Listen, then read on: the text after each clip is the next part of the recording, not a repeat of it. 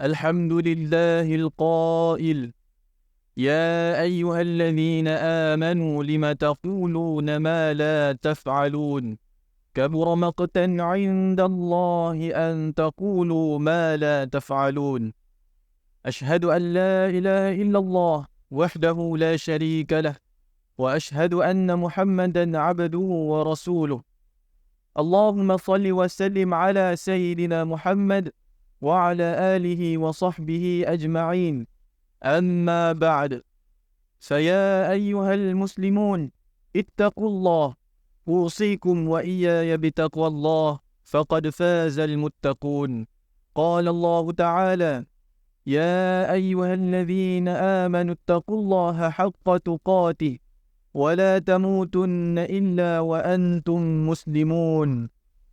Muslimin yang dirahmati Allah, marilah kita meningkatkan ketakwaan kehadrat Allah Subhanahu wa taala dengan menunaikan segala perintahnya serta meninggalkan segala larangannya.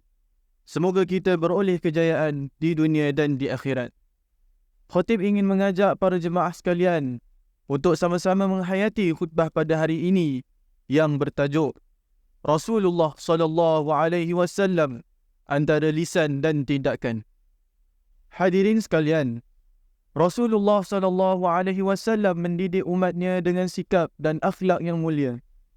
Apa yang baginda katakan melalui lisannya adalah apa yang baginda laksanakan. Seluruh kandungan Al-Quran ada pada diri baginda sebagai amal perbuatan. Tidak ada yang baginda mengatakannya, melainkan bagindalah orang yang melakukannya. Dan tidak ada yang baginda larang, melainkan bagindalah orang yang meninggalkannya. Ketika ditanya bagaimanakah akhlak baginda, Aisyah radhiyallahu anha menjawab, yang bermaksud adalah akhlak baginda sallallahu alaihi wasallam Al-Quran. Hadis riwayat Muslim. Seorang yang beriman hendaklah melakukan dahulu apa yang hendak diajarkan sebelum diajarkan kepada orang lain.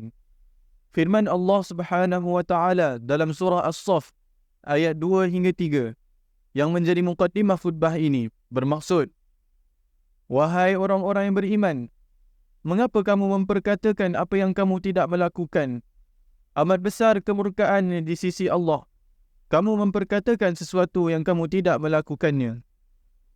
Melalui mafhum ayat ini, Allah Subhanahu wa taala mengingatkan kaum muslimin agar berhati-hati terhadap kekurangan yang ada pada mereka, iaitu seorang muslim itu boleh menjadi seorang yang mengatakan sesuatu perkataan tetapi tidak pula mengerjakannya.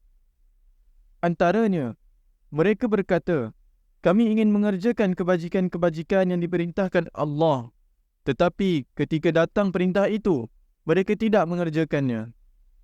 Terdapat dua faktor kelemahan manusia yang dapat difahami daripada ayat ini, iaitu, pertama, manusia yang melakukan sesuatu yang bertembung antara perkataan dan perbuatan. Kelemahan ini kelihatannya mudah diperbaiki, tetapi sukar dilaksanakan.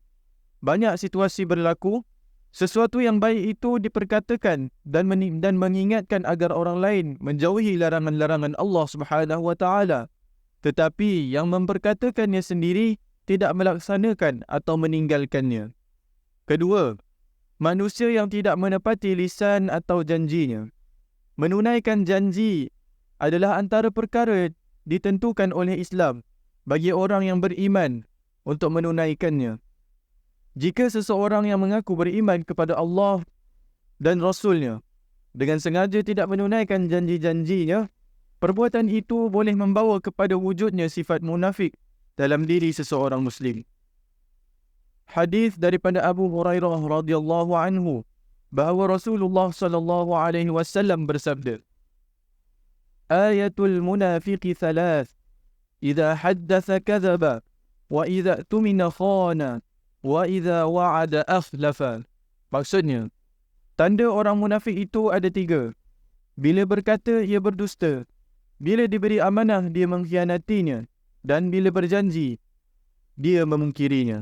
Hadis riwayat Bukhari. Muslimin yang dirahmati Allah Subhanahu wa taala, sikap dan akhlak Rasulullah sallallahu alaihi wasallam dicontohi dan diikuti oleh para sahabat kerana wahyu dari Allah Subhanahu wa taala yang selaras pelaksanaannya dengan lisan dan perbuatan baginda. Keadaan ini telah melahirkan kepercayaan dan keyakinan yang tinggi para sahabat terhadap apa yang dibawa oleh baginda sallallahu alaihi wasallam. Maka mereka berlumba-lumba untuk mencontohi Rasulullah sallallahu alaihi wasallam dalam apa jua perkara yang baginda lakukan. Setiap ketetapan Allah Subhanahu wa taala yang disampaikan dengan lisan Rasulullah sallallahu alaihi wasallam dan diamalkan akan mencipta contoh teladan kepada para sahabat, kerana lisan dan amal Rasulullah sallallahu alaihi wasallam itu sentiasa bersatu dalam tindakan, perbuatan dan akhlak baginda.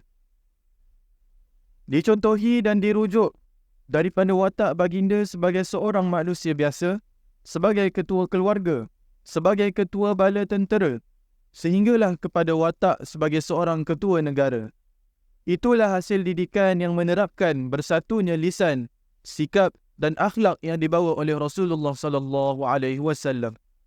Dengan sebatinya lisan dan perbuatan, sesungguhnya ia berupaya membeli dan memujuk hati-hati manusia dan menyatukannya dalam satu saf yang kuat.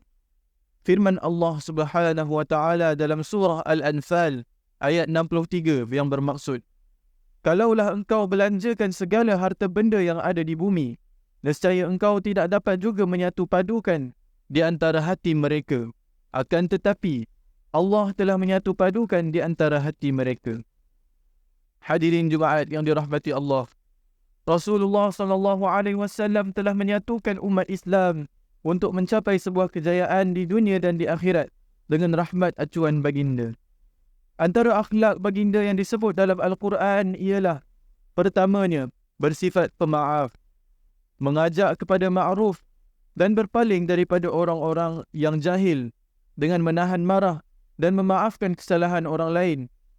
Kedua, berlaku adil dalam membuat kebajikan, memberi kepada kaum kerabat, melarang perbuatan keji, kemungkaran dan permusuhan. Ketiga, menginfak harta sama ada ketika lapang dan selesa maupun dalam kepayahan yang menekan. Keempat, jauhi buruk sangka. Kelima, menolak kejahatan dengan cara yang terbaik. Dan keenam, berakhlak mulia dan berbudi pekerti yang agung. Dengan akhlak yang demikian, orang kafir, musuh dan lawan pun jatuh hati dan akhirnya menerima Islam sebagai cara hidup mereka.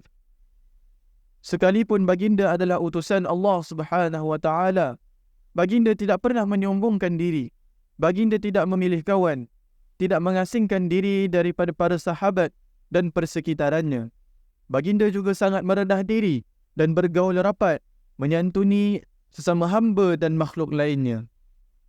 Firman Allah Subhanahu wa taala dalam surah At-Taubah ayat 128 bermaksud, sesungguhnya telah datang kepada kamu seorang Rasul dari golongan kamu sendiri, iaitu Nabi Muhammad SAW, yang menjadi sangat berat kepadanya sebarang kesusahan yang ditanggung oleh kamu, yang sangat tamak inginkan kebaikan bagi kamu, dan dia pula menumpahkan perasaan belas serta kasih sayangnya kepada orang-orang yang beriman.